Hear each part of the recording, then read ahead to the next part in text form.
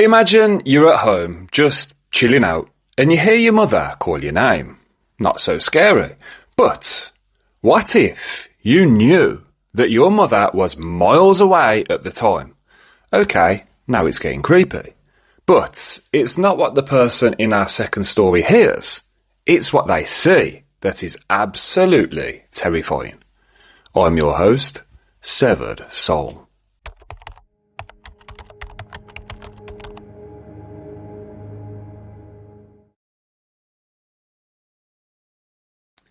Evan worked in a sprawling building, half storefront, half warehouse, the kind of place that buzzed with activity during the day, but turned hollow and unsettling at night.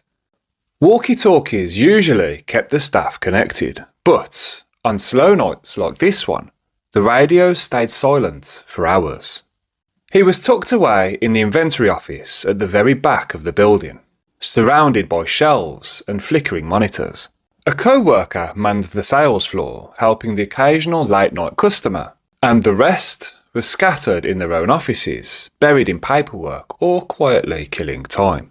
The distant hum of machinery echoed through the halls, steady and faint, almost hypnotic.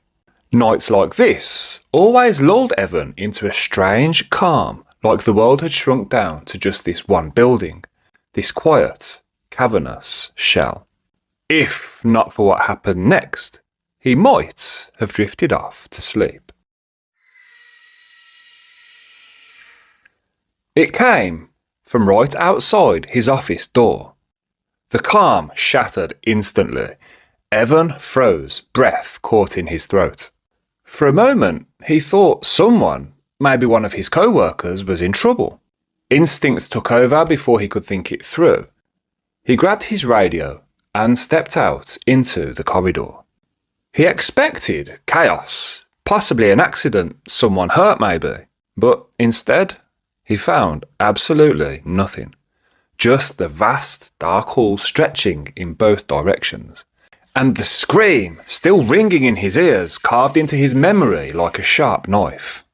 A chill ran down his spine when he suddenly remembered something a co-worker had told him in his first week. A joke, he'd thought. Some hazing ritual meant to spook the new guy. You see, they claimed the building was haunted by a woman who screamed for help. Evan had laughed it off back then, but now he wasn't so sure. Just moments later, a voice crackled over the walkie. Did anyone else hear that? It was trembling, barely controlled fear. One by one, the others responded. Every single person on that shift heard the same scream, loud, clear and undistorted. Someone whispered what they were all thinking. It came from our line of walkies. But when they gathered and checked the devices, every radio was accounted for. None missing, none powered on accidentally, none transmitting. Evan still hears that scream sometimes. It wasn't just a sound, it was a plea. Raw, desperate, torn out of someone's final moment. Whatever happened to that woman inside this building, she hadn't left. She was still there, still screaming, still reliving the moment she needed help the most. And now, so was Evan.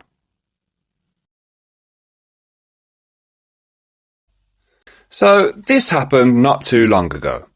Caleb lived alone in his apartment, and he always made it very clear that he didn't take any medication, nor had he ever been diagnosed with anything that would impair his awareness or cause hallucinations. What happened that night was a one-time incident he couldn't explain, and desperately hoped would never happen again. You see, Caleb worked in construction in the city and went to the gym 4 or 5 days a week.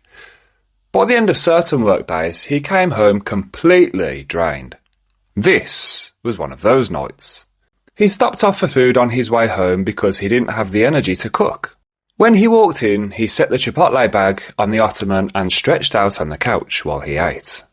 It was later in the week and the exhaustion had built up. He devoured the food and could have easily eaten more, but he was just so tired he fell asleep right there on the couch with the TV still playing. A few hours later he woke up.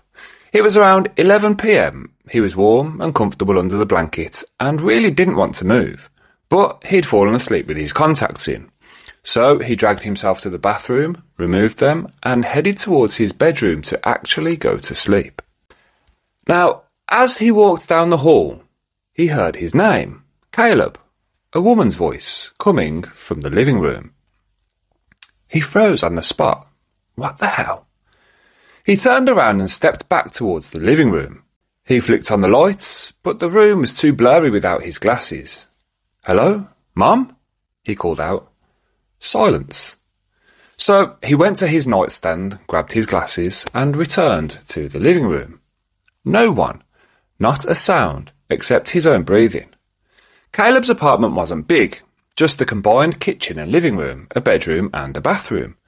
Not many places to hide, and nobody should have been in there anyway. He called his mother, Marianne, just to confirm that she hadn't stopped by.